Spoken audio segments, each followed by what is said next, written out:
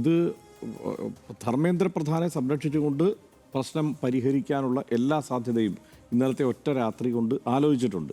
അതിൻ്റെ ഭാഗമായിട്ടാണ് ഇപ്പോൾ ഇദ്ദേഹത്തെ സോനം വാങ്ചുക്കിനെ ചെന്ന് കാണുന്നു, അദ്ദേഹത്തെ വിശ്വാസത്തിലെടുക്കുന്നു, അദ്ദേഹത്തെ കൊണ്ട് സൂപ്പ് കുടിപ്പിക്കുന്നു. ഇങ്ങനെ അങ്ങനെയൊക്കെ കാര്യങ്ങൾ രൂപപ്പെടുത്തി എടുക്കുന്നത് എന്തുകൊണ്ടാണ്? അദ്ദേഹത്തിനൊരു കമ്മ്യൂണിക്കേഷൻ മുമ്പും സാധ്യമായ ആളാണ് സോനം വാങ്ചുക്ക്. അദ്ദേഹം ഈ സർക്കാരിനെ തന്നെ ഒരു ഘട്ടത്തിൽ പിന്തുണച്ചിരുന്ന ആളാണ്. പിന്നീടാണ് ഈ വലിയ കൊടിയ അനീതി നടക്കുന്നു എന്നുള്ള സാഹചര്യത്തിൽ അദ്ദേഹത്തിൻ്റെ നിലപാട് മാറ്റുന്നത്.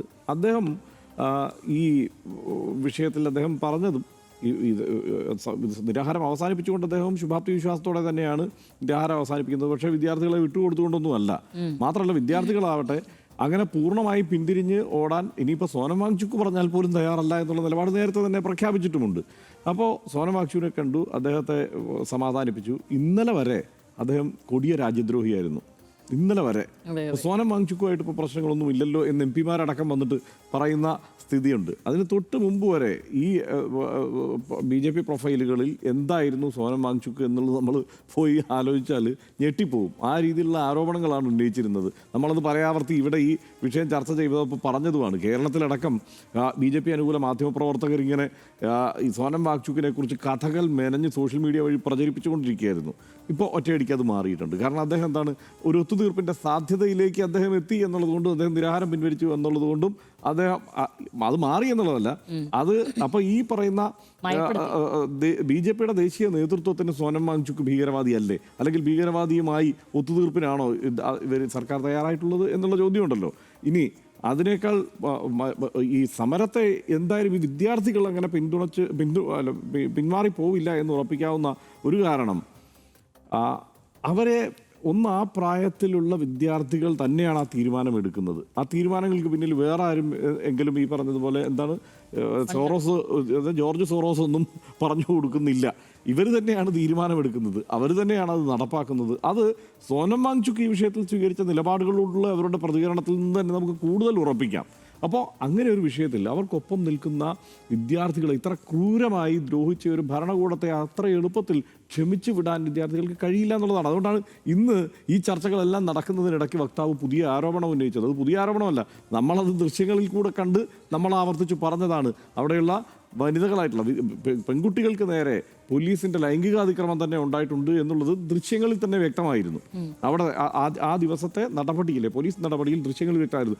അന്ന് ഈ ഡൽഹി പോലീസൊക്കെ കരുതിയത് അവരുടെ പതിവ് രീതി വെച്ചിട്ട് അങ്ങ് അടിച്ചമർത്തി കളയാം എന്നുള്ളൊരു തോന്നലുണ്ടായിരുന്നു. ആ മർദ്ദനത്തിലൂടെ ഇതങ്ങ് അവസാനിപ്പിക്കും. വളരെ പ്ലാൻഡ് ഓപ്പറേഷനാണ് പോലീസ് അന്ന് നടത്തിയത്, RAF അന്ന് നടത്തിയത്. ഒരൊറ്റയാളുടെയും നെയിം പ്ലേറ്റ് ഇല്ലായിരുന്നു. എല്ലാവരും നെയിം പ്ലേറ്റ് ഇന്ന് നോക്കുമ്പോൾ എല്ലാവർക്കും തന്നെ നെയിം പ്ലേറ്റ് പ്രത്യക്ഷപ്പെട്ടു തുടങ്ങി.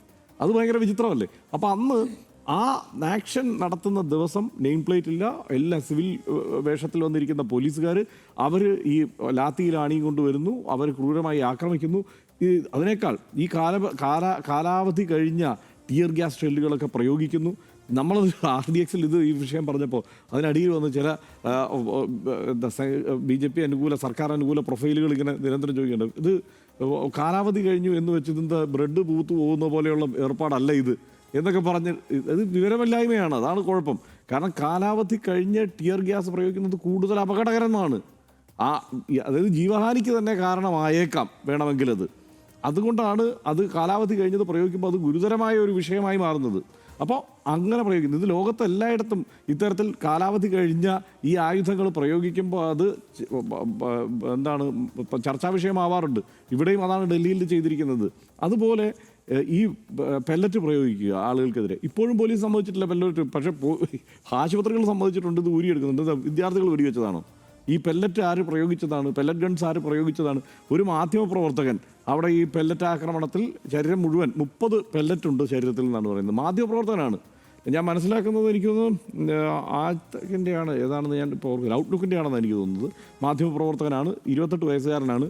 ഈ ശരീരം മുഴുവൻ 30 പെല്ലറ്റും കയറി അവിടെ ഇരിക്കുന്നത്.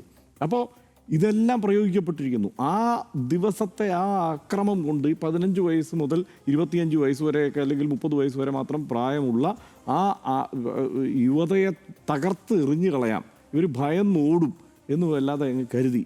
പക്ഷേ അവരെല്ലാത്തിനും തെളിവുണ്ടാക്കി, അത് നാട്ടുകാരെ കാണിച്ചു. ആളുകൾ ജനരോഷം അതിൻ്റെ പാരമ്യത്തിലെത്തി എന്നുള്ളത് മനസ്സിലാക്കിയപ്പോഴാണ് ഇന്നലെ പ്രധാനമന്ത്രി നേരിട്ട് വന്നിട്ട് ഈ വീഡിയോ ചെയ്യുന്നത്. അതായത് വളരെ പെട്ടെന്ന് അത് വളരെ പ്ലാൻഡ് ആയിട്ടുള്ള ഒരു വീഡിയോയാണ്. അതിനകത്ത് സംശയമൊന്നുമില്ല. അത് വളരെ സ്ക്രിപ്റ്റഡ് ആണ്. ഈ ഹൃദയത്തിൽ നിന്ന് നല്ല സ്ക്രിപ്റ്റിൽ നിന്ന് വന്നത് തന്നെയാണ്. അത് വ്യക്തമായി മനസ്സിലാകും. പക്ഷേ അദ്ദേഹം ആ സ്ക്രിപ്റ്റ് വളരെ പെട്ടെന്ന് ഒരു മൊബൈൽ ഫോണിൽ അവർക്ക്, അതായത് ഇത് നോക്കുന്ന വിദ്യാർത്ഥികൾക്ക് ഇവർ വളരെ സീരിയസ് ആണ് ഈ വിഷയത്തിൽ എന്നുള്ള തോന്നൽ ഉണ്ടാക്കുക എന്നതുകൂടി അത്തരം ഒരു വീഡിയോയുടെ ആവശ്യമായിരുന്നു. അല്ലെങ്കിൽ അദ്ദേഹം അങ്ങനെ ഒരു ഫ്രെയിമിൽ ഒരിക്കലും പ്രധാനമന്ത്രി പ്രത്യക്ഷപ്പെടില്ല. അപ്പോൾ വളരെ സീരിയസ് ആണ് ഞങ്ങൾ ഈ വിഷയത്തിൽ. ഈ പാതിരാത്രിക്കായാലും ഞങ്ങൾ ഇത് ചർച്ച ചെയ്ത് ഈ കാര്യത്തിൽ ഒരു തീരുമാനം ഉണ്ടാക്കാൻ ശ്രമിച്ചുകൊണ്ടിരിക്കുകയാണെന്നുള്ള ഒരു പ്രതീതി വിദ്യാർത്ഥികളിൽ എത്തിക്കാൻ വേണ്ടി, അല്ല സീരിയസ് ആയി അങ്ങനെ തന്നെ ശ്രമിച്ചോട്ടെ, കാരണം പ്രശ്നം പരിഹരിക്കണമല്ലോ.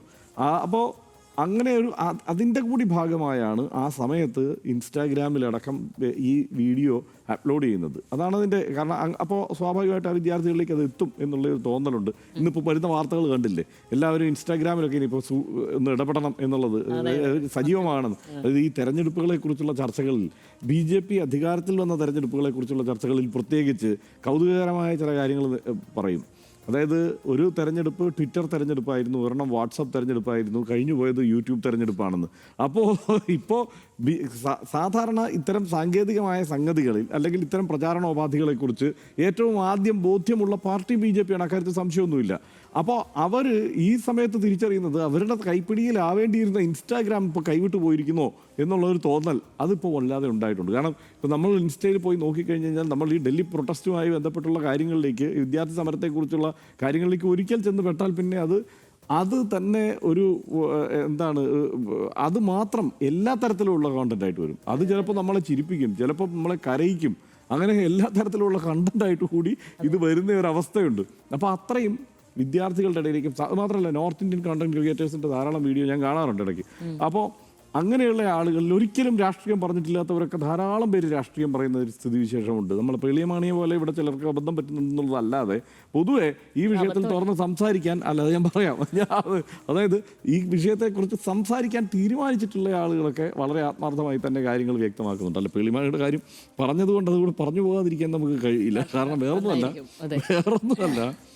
ഈ അഴകുഴമ്പൻ അഭിപ്രായം ഒന്നുകിൽ ഈ വിഷയത്തിൽ പറയാതിരിക്കുക എന്നുള്ളതാണ്. ഇത് പറയാൻ വേണ്ടി ഞാൻ പറഞ്ഞില്ലെങ്കിൽ കുഴപ്പമാകുമോ, അങ്ങനെയൊന്നുമില്ല. പറഞ്ഞില്ലെങ്കിൽ ഇത്രയേ ഉള്ളൂ നിങ്ങൾക്കുള്ള ശേഷി എന്നുള്ളത് ആളുകൾ കരുതും. ഒരു വിഷയത്തിൽ അഭിപ്രായം പറയാനുള്ള ആർജവമുണ്ടോ എന്നുള്ളത് ചിലപ്പോൾ ചിലർ വിലയിരുത്തും, ചിലരിത് മറന്നേ പോകും. ഇവിടുത്തെ നമ്മുടെ സൂപ്പർ സ്റ്റാറുകളൊക്കെ ഇങ്ങനെ എല്ലാവരും നിർബന്ധിക്കുമ്പോൾ പറയുന്ന ഒരു പ്രതീതിയാണല്ലോ എല്ലായ്പ്പോഴും ഉണ്ടായിട്ടുള്ളത്. കേരളത്തിൽ പ്രത്യേകിച്ച് അല്ലാത്ത ആളുകളുണ്ട്. ഇപ്പോൾ വിസ്മയ മോഹൻലാലിനെ പോലെ ആദ്യം തന്നെ ഇത് കണ്ടപ്പോൾ സ്ട്രൈക്ക് ചെയ്തിട്ട് കൃത്യം പ്രതികരിച്ചിട്ടുണ്ട്. പക്ഷേ എന്ത് ചെയ്യാം, മേജർ രവിയെ പോലെ ഒരാൾ അതിൽ ഉടനെ തന്നെ അമ്മാവൻ്റെ റോൾ എടുത്ത് വന്നിട്ട് ഇതിനെക്കുറിച്ച് ധാരണയില്ലാത്ത കുട്ടി എന്നുള്ള നിലയ്ക്ക് 35 വയസ്സുണ്ട് വിസ്മയ മോഹൻലാൽ എന്നാണ് ഞാൻ മനസ്സിലാക്കുന്നത്. അപ്പോൾ ആ വിസ്മയ മോഹൻലാലിൻ്റെ അമ്മാവനായി ഇയാൾ വരിക, ആരാണ് മേജർ രവി വരിക, എന്നിട്ട് അതിനെക്കുറിച്ച് അദ്ദേഹത്തിൻ്റെ കമൻറ്റ് പറയാം. ഇപ്പോൾ ഒന്നുകിൽ മേജർ രവിയെ പോലെ പറയുക, അല്ലെങ്കിൽ വിസ്മയ മോഹൻലാലിനെ പോലെ, അല്ലെങ്കിൽ ഇവിടെ പറഞ്ഞു പോയ രഞ്ജിനി ഹരിദാസിനെ പോലെയോ ഒക്കെ ധാരാളം പേരുണ്ട് ഇക്കാര്യത്തിൽ നിലപാട് പറയാൻ ആർജവമുള്ളവർ. അവർ പറയും. ഇതേപോലെ ഈ അഴകുഴമ്പൻ അഭിപ്രായം പറയുമ്പോൾ എന്താ പ്രശ്നം? ആളുകൾ അതിനെക്കുറിച്ചുള്ള ശക്തമായ വിമർശനങ്ങൾ ഉന്നയിക്കും, സ്വാഭാവികമാണ്. അപ്പോൾ കയ്യിൽ നിന്ന് ടെമ്പർ തെറ്റി, പിന്നെ ഞാൻ എൻ്റെ ഏറ്റവും പ്രിയപ്പെട്ട നിറം കാവ്യാണെന്നൊക്കെ പറഞ്ഞ് ആകെ തെളിഞ്ഞു അവിടെ. അതിനുശേഷം ഈ വിഷയത്തിൽ പ്രതികരിച്ച സിബി മലയിലിൻ്റെ മകനാണ് യഥാർത്ഥത്തിൽ പ്രതികരിച്ചത്. പക്ഷേ സിബി മലയിലാണെന്ന് തെറ്റിദ്ധരിച്ചിട്ട് പരാജയപ്പെട്ട സിനിമാക്കാരൻ എന്ന് പറഞ്ഞ സിബി മലയിലിനെ ഫെയിൽഡ് ഫിലിം മേക്കർ എന്ന് പറഞ്ഞിട്ട് സിബി മലയിലിനെ ചീത്ത. അതല്ലേ അതൊന്നും ആലോചിച്ചു. ഏതാണ് 10 പേജ് സ്ക്രിപ്റ്റ് എഴുതുന്നത്? 10 പേജ് സ്ക്രിപ്റ്റ് എഴുതുന്നത്. അതെ. എൻ്റെ അഭിപ്രായത്തിന് കീഴെ 10 പേജ് സ്ക്രിപ്റ്റ് എഴുതുന്നത് വായിച്ചു നോക്കാൻ നിവൃത്തിയില്ല എന്നൊക്കെ പറഞ്ഞിട്ട്. അപ്പം നമ്മളിങ്ങനെ മനസ്സിലൂടെ ഇതെല്ലാം കടന്നു പോകുമല്ലോ. ദശരഥൻ കടന്നു പോകും, ഹിസ് ഹൈനസ് അബ്ദുള്ള കടന്നു പോകും, നമ്മളുടെ സദയം കടന്നു പോകും. ഇങ്ങനെ എത്ര സിനിമകളാണ്. സമ്മറിൻ ബേത്ലഹേ പോകും, അതിനേക്കാൾ ഭരതമുണ്ട്, കമലദളമുണ്ട്. ഇങ്ങനെ ഈ സിനിമകളെല്ലാം കടന്നു പോകുമ്പോൾ ഇതൊക്കെ എടുത്ത ആളാണ് ഈ പരാജിതനായ ഫിലിം മേക്കർ എന്ന് പേളിമാണി ഉദ്ദേശിക്കുന്നത് എന്ന് നമ്മൾ മനസ്സിലാക്കണം. ഒന്നുകിൽ ദേഷ്യം വന്നു കഴിഞ്ഞിട്ട് ഈ കാര്യത്തിൽ പ്രതികരിക്കാതിരിക്കുക, അല്ലെങ്കിൽ എന്താണ് നിങ്ങൾ എന്നുള്ളത് ആളുകൾക്ക് മുന്നിൽ കൃത്യമായി തെളിയിക്കപ്പെടും. അതല്ലെങ്കിൽ നിങ്ങളുടെ രാഷ്ട്രീയം എന്താണ് എന്ന് നിങ്ങൾ മറച്ചു വയ്ക്കാൻ ഉദ്ദേശിക്കുന്നുണ്ടെങ്കിൽ ആ നിലയ്ക്ക് വേണം പ്രതികരിക്കാൻ. ഇതിപ്പോൾ എന്താണ് അവരുടെ രാഷ്ട്രീയം എന്നുള്ളതും ഈ കാര്യത്തിൽ അവരുടെ നിലപാട് എന്താണെന്നുള്ളതും നാട്ടുകാർക്ക് മനസ്സിലായി. പിന്നെ അങ്ങനെ ഒരു നിലപാടെടുക്കാൻ കഴിയില്ല എന്ന് ചോദിച്ചാൽ നിലപാടെടുക്കാൻ കഴിയും. പക്ഷേ ആ നിലപാടിനെ വിമർശിക്കാനും ആളുകൾക്ക് പറ്റും. ആ വിമർശനങ്ങൾ തീർച്ചയായും ഉണ്ടായിക്കൊണ്ടിരിക്കുകയും ചെയ്യും. അപ്പം നമ്മൾ തിരിച്ച് ഡൽഹിയിലേക്ക് പോയി കഴിഞ്ഞാൽ ഈ കാര്യത്തിൽ ഇനിയുള്ള ദിവസങ്ങളിൽ ഈ വിദ്യാർത്ഥികൾ പിന്നോട്ട് പോകാനുള്ള സാധ്യത ഒട്ടും ഞാൻ കാണുന്നില്ല. പിന്നെ ഈ അഴിച്ചുപണി ഇനിയിപ്പോൾ NTAയിൽ വലിയ അഴിച്ചുപണിയൊക്കെ ചിലപ്പോൾ പ്രഖ്യാപിച്ചേക്കും. പക്ഷേ NTA 47 വരെ നിലവിൽ പുറത്താക്കി NTAയിൽ ഇതൊക്കെ ഇത്തരത്തിൽ എന്തെല്ലാം നടപടികൾ നേരത്തെ ചെയ്യാമായിരുന്നു. ഇവിടെ വ്യാപകമായി നടന്ന ഒരു വ്യാജ പ്രചാരണത്തെക്കുറിച്ച് കൂടി പറഞ്ഞിട്ട് വേണം പോകാൻ ശ്യാമലി. അത് വേറൊന്നുമല്ല, ഈ 153 ചോർച്ചകൾ ഉണ്ടായി എന്നൊക്കെ പറഞ്ഞിട്ട് ഇത് മുമ്പും ഉണ്ടായതാണ്. നിരന്തരം മുമ്പും ഈ ചോർച്ചകൾ ഉണ്ടാകുന്നുണ്ട്. അന്നൊന്നും ആരും രാജിവെച്ചില്ലല്ലോ എന്നൊക്കെ പറയുന്നത്. പക്ഷേ ഇതിൻ്റെ ഒരു സംഗതി എടുത്തു നോക്കുമ്പോൾ ഇപ്പോൾ 2004 മുതൽ 2024 വരെ 24 ചോദ്യം, 2004 മുതൽ 2014 വരെ 24 ചോദ്യപേപ്പർ ചോർച്ചകളാണ് ഉണ്ടായിട്ടുള്ളത്. 2014 മുതൽ 2026 വരെ 89 ചോദ്യപേപ്പർ ചോർച്ചകളാണ് ഉണ്ടായിട്ടുള്ളത്. അതായത് ശരാശരി നമ്മൾ എടുത്തു നോക്കിക്കഴിഞ്ഞാൽ ഈ UPA ഭരണകാലത്ത് ഒരു വർഷം 2.3 ചോദ്യപേപ്പർ ചോർച്ച ഉണ്ടായിട്ടുണ്ടെങ്കിൽ ഈ NDA ഭരണകാലത്ത് 7.3 ചോദ്യപേപ്പർ ചോർച്ച ഒരു വർഷം ഉണ്ടായിട്ടുണ്ട്. അതിൽ തന്നെ ഏറ്റവും കൗതുകകരമായ വേറൊരു കണക്കെന്താണെന്ന് വെച്ച് കഴിഞ്ഞാൽ ഇവരിപ്പോൾ ഇവിടെ തിരുവനന്തപുരത്തൊക്കെ വലിയ ശക്തമായ PSC സമരം നടത്തുന്നുണ്ടല്ലോ. ഏറ്റവും കൂടുതൽ ചോദ്യപേപ്പർ ചോർച്ച ഇതിൽ പലതും സംസ്ഥാനങ്ങളിലുണ്ടായ ചോദ്യപേപ്പർ ചോർച്ചകളാണ്. അത് ഏതൊക്കെ സംസ്ഥാനമാണെന്ന് നോക്കിക്കഴിഞ്ഞാൽ രാജസ്ഥാൻ, ഉത്തർപ്രദേശ്, ബീഹാർ, ഉത്തരാഖണ്ഡ്, ഹരിയാന, മഹാരാഷ്ട്ര, ഗുജറാത്ത്, ഝാർഖണ്ഡ്, പഞ്ചാബ്, ഡൽഹി, ഈ ഇടങ്ങളിലെല്ലാം BJP കാലത്ത് ഉണ്ടായിട്ടുള്ള ചോർച്ചകളാണെന്ന് മാത്രമല്ല ഏറ്റവും കൂടുതൽ ചോർച്ച ഉണ്ടായിട്ടുള്ള കാലം 2021 മുതൽ 2024 വരെയാണ്. അപ്പോൾ ഇതാണ് ഇതിൻ്റെ ഒരു അവസ്ഥ.